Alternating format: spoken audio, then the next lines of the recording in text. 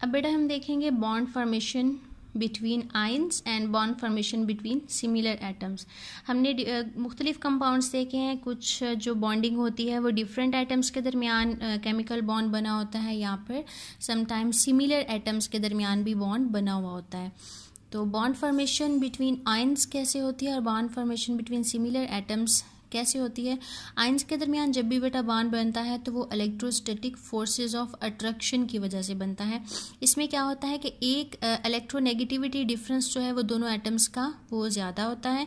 जैसे क्लोरीन और सोडियम, इनका इलेक्ट्रोनेगेटिविटी डिफरेंस ज़्यादा होगा, जिसकी वजह से क्लोरीन जो है वो सोडियम से इलेक्ट्रॉन को अपनी तरफ ज़्यादा अट्रैक्ट करेगा, सोडियम अपना इलेक्ट्रॉन क्लोरीन को डोनेट कर देगा और इस तरह इन दोनों के दरमियान एक केमिकल बॉन्ड डेवलप हो जाएगा, जिससे ये खुद दोनों एटम जो है वो खुद को स्टेबलाइज कर लेंगे।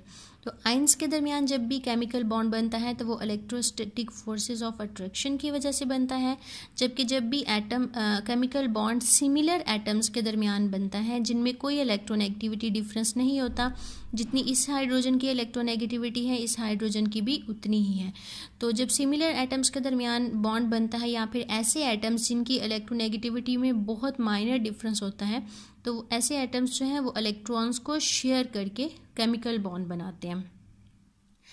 अब बेटा हमने ये डिस्कस करना है कि types of forces between atoms. क्या एटम्स जो हैं हमेशा जब भी क्लोज आते हैं तो वो बॉन्ड बना लेते हैं, या फिर एटम ऐसा भी होता है कि एटम्स एक दूसरे को रिपेल करते हैं। क्या हर तरह के एटम्स आपस में बॉन्ड बना सकते हैं? The answer is no. हर तरह के जो एटम्स हैं, कोई भी एटम मिल के आपस में बॉन्ड नहीं बना सकते, बल्कि स्पेसिफिक एटम्स होते हैं जो कि एक दूसरे के साथ कंबाइन करते हैं और केमिकल बॉन्ड बनाते हैं। अब हम देखते हैं कि एटम्स के कब जो है वो बॉन्ड बनाते हैं और कब बॉन्ड नहीं बनाते। तो बेटा टू टाइप्स की फोर्सेस होती हैं, attractive forces and repulsive forces.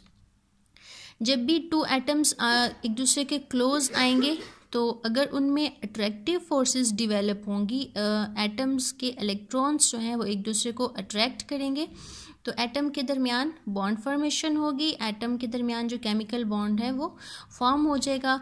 और जब एटम्स के दरमियान रिपल्सिव फोर्सेस ज़्यादा हो जाएंगी तो रिपल्सिव फोर्सेस की वजह से वो एक दूसरे को रिपेल करेंगे और एक दूसरे के साथ बॉन्ड नहीं बनाएंगे। इसके एग्जांपल में आप देख सकते हैं कि जैसे अगर हम वाटर में ऑयल ऐड कर दें तो ऑयल की और वाटर की आप एक दूसरे के साथ बॉन्डिंग नहीं होती। अगर उसको हम मिक्स भी करते हैं तो थोड़ी देर के बाद जो है वो ऑयल जो है वो दोबारा से सरफेस पे आ जाता है। तो उसकी क्या रीज़न है कि वाटर और ऑयल जो है वो एक दूसरे को रिपेल करते हैं और उनके दरमियान कोई भी बॉन्डिंग नहीं बनती और वो एक दूसरे से सेपरेट रहते हैं। तो जब बेटा बॉन्ड फॉर्मेशन हो जाती है, यहाँ पे देखें हाइड्रोजन के पास 1 इलेक्ट्रॉन है दोनों के पास, और इनके पास 2 इलेक्ट्रॉन्स होने चाहिए खुद को स्टेबल करने के लिए। तो यहाँ पे हाइड्रोजन एटम्स जो हैं वो अनस्टेबल थे, जैसे इनके अंदर दरमियान में बॉन्ड फॉर्मेशन हो जाएगी तो ये स्टेबल हो जाएंगे। जब ये अनस्टेबल थे तो इनके सिस्टम की एनर्जी जो थी हाई एनर्जी थी इनके पास, इस वजह से ये एक दूसरे के साथ रिएक्ट करने की कोशिश करते हैं, और जैसे ही इनके दरमियान बॉन्ड फॉर्मेशन हो जाएगी तो इनकी एनर्जी जो है वो लो हो जाएगी। जो कोई भी चीज़ जो कि स्टेबल होती है उसकी एनर्जी जो है वो लो होती है। यहाँ पे हम देखेंगे जब रिपल्सिव फोर्सेस की वजह से बॉन्ड फॉर्मेशन नहीं होगी तो सिस्टम की जो एनर्जी है वो पहले से भी ज़्यादा हो जाएगी। एटम जो है वो अनस्टेबल ही रहेंगे और सिस्टम की एनर्जी ज़्यादा ही रहेगी और ये किसी दूसरे एटम के साथ रिएक्ट करने की कोशिश करेंगे। अब हमने बेटा स्टडी करना है टाइप्स ऑफ केमिकल बॉन्ड्स, कि क्या एटम्स, यहाँ पे क्वेश्चन ये अराइज होता है कि क्या एटम्स जो हैं, यहाँ पे बेटा क्वेश्चन ये अराइज होता है कि एटम्स जो हैं वो किस तरह से आपस में ज्वाइन हुए होते हैं। तो हमने यहाँ पे देखा कि कुछ एटम्स के दरमियान इलेक्ट्रोस्टैटिक फोर्सेस की वजह से बॉन्ड डिवेलप होता है और कुछ एटम्स के दरमियान शेयरिंग की वजह से बॉन्ड बनता है। तो इट मीन्स कि एटम्स के दरमियान जो बॉन्ड्स हैं वो डिफरेंट टाइप्स के होते हैं।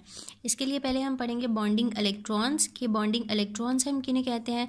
तो किसी भी एटम में वो इलेक्ट्रॉन, वैलेंस इलेक्ट्रॉन्स जो कि बॉन्डिंग में किसी दूसरे एटम के साथ बॉन्ड बनाने में टेक पार्ट करते हैं, तो उन इलेक्ट्रॉन्स को हम क्या कहते हैं? Bonding electrons.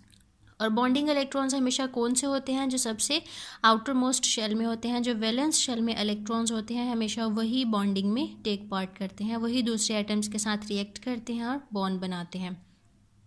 अब यहाँ पे बेटा 4 टाइप्स ऑफ बॉन्ड्स हैं जो हम 1 बाय 1 नेक्स्ट लेक्चर्स में स्टडी करेंगे। ये डिफरेंट बॉन्ड्स हैं, ionic bond, covalent bond, dative covalent bond, इसका सेकंड नेम जो है वह है coordinate covalent bond and metallic bond. ये 4 टाइप्स ऑफ बॉन्ड्स हैं जिनके ज़रिए एटम्स जो हैं वो एक दूसरे के साथ अटैच होते हैं और कंपाउंड्स बनाते हैं और मॉलिक्यूल्स बनाते हैं। आज का लेक्चर हमारा यहाँ तक कंप्लीट है। आई होप कि